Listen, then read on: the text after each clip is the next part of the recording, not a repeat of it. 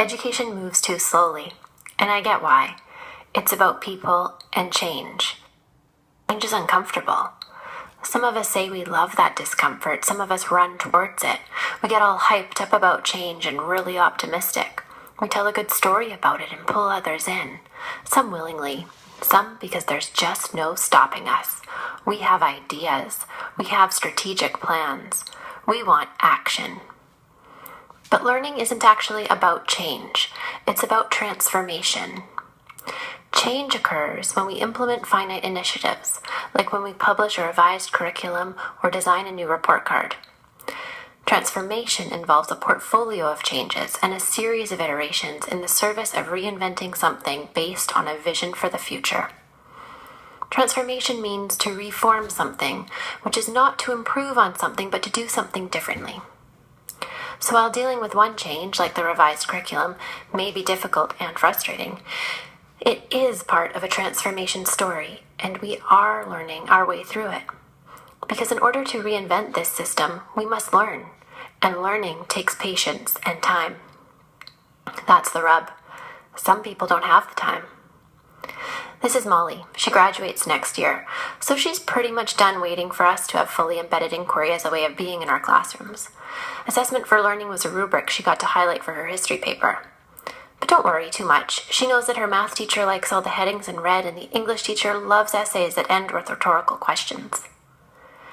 And then there's this high school. It's full of kids like that. They come from mostly supportive families, and they mostly don't get into trouble. But if we slow down and really look, here's what scanning reveals. These kids have higher anxiety, higher depression, lower interest, lower motivation, lower self-esteem, lower effort, and lower intellectual engagement than in the average Canadian high school. So what do? We need to ask ourselves, what if? And then move beyond what we currently know. We need transformation. We need to grow towards something different. When I came to Delta, I was tasked with making an agricultural program. I started with a maker lab, a contact at KPU, the revised curriculum, a supportive district with a bold district vision, and keen teachers. Now, the funny thing about starting an ag program is that most parents don't want their kids to enroll in it. There's simply no future in farming. Farmers don't make any money. What about law school? What about engineering? From Blyfrank, I learned to get ahead of the narrative. Because as Henry Ford said, if he had asked people what they wanted, they would have said faster horses. So while this might be what the community thought of when we said ag program, here are the farmers that we connected to the farm roots narrative. Farmers like these spend their days as geographers, mechanics, agrologists, botanists, chemists, biologists, animal scientists, insect specialists, accountants, managers, environmentalists, ecologists, innovators, marketers, and entrepreneurs.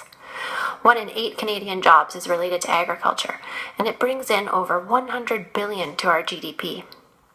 But more importantly, and the hook for this narrative, is that if we don't learn how to produce food, energy, and water in sustainable ways, then all of this is for nothing anyway.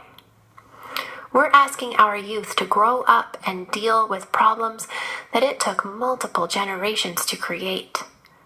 Sustainable agriculture is going to take new technologies, emergent bodies of knowledge, and innovation to transform into the solutions that we need.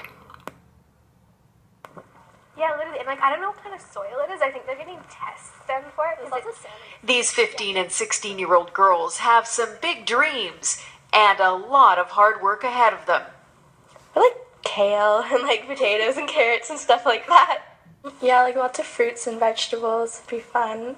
Come September, they'll be actively farming this 8-acre lot in Boundary Bay as the Delta School District launches the Farm Roots Mini School. So we've been in normal school for 10 years, and this is it's a change in the curriculum and stuff, so we want to be part of the change. Farm Roots will be based out of the shuttered Boundary Beach Primary School. The 30 kids who sign up will participate every other day.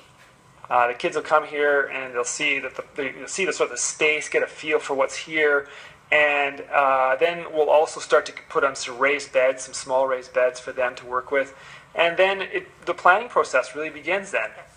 Students will eventually take their products to market, allowing them to learn about sales.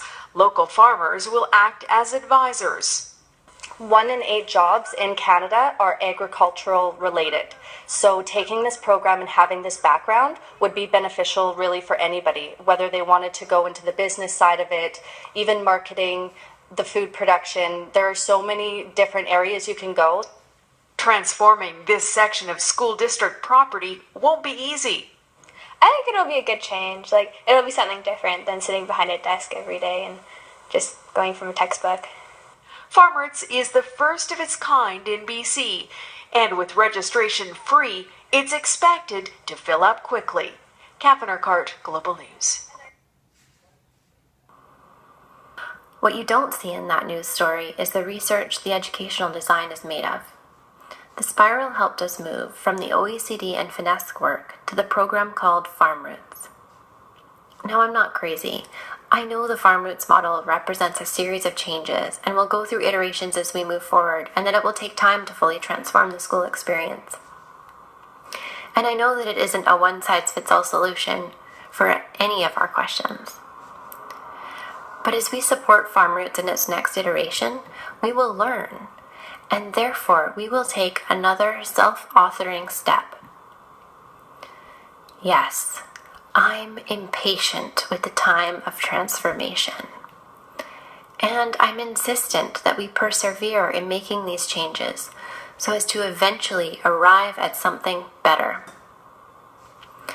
The spiral of inquiry is a framework for enacting a self-authoring mind.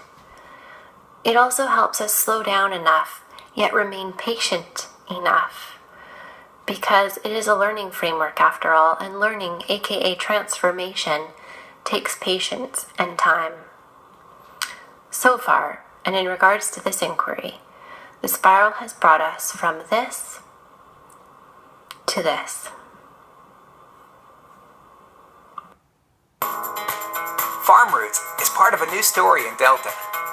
A story about breaking out of the classroom and taking our learning to the land. Every second day, you could come here to Boundary Bay and learn about growing food and all the science, business, and environmental issues connected to that process. What if we got to come here to do school? What if doing school meant designing and running a farm? What if it meant inventing solutions to old problems? Like, how can we save the bee population? Could I build a greenhouse that looks after my plants? What if we got to start a business, an actual business in school? What if I could get the certifications I need to work on a farm and have it count towards graduation? What if I could become an expert at something I care about, like food security, Policy, urban farming, organic foods, the environment. before I even graduate from high school? This is about building the world and our education with our own hands. There's a new school in Delta. And we get to make it.